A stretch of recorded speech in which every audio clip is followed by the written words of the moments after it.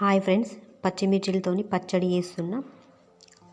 పావు kilo పచ్చిమిర్చిలు, 1 spoon జీలకర్ర, 1 spoon ధనియాలు, 10 వెల్లుల్లి రెబ్బలు, కొద్దిగా కొత్తిమీర, 2 టమాటాలు తీసుకొని పచ్చిమిర్చిలు చిన్నగా కట్ చేసి పెట్టుకున్నా. గ్యాస్ ఆన్ చేసుకొని ఒక గిన్నెలో 2 స్పూన్ల ఆయిల్ వేసుకోవాలి. ఎల్లిగడ్డలు, ధనియాలు, జీలకర్ర, పచ్చిమిర్చీలు, టమాటాలు, కొత్తిమీర,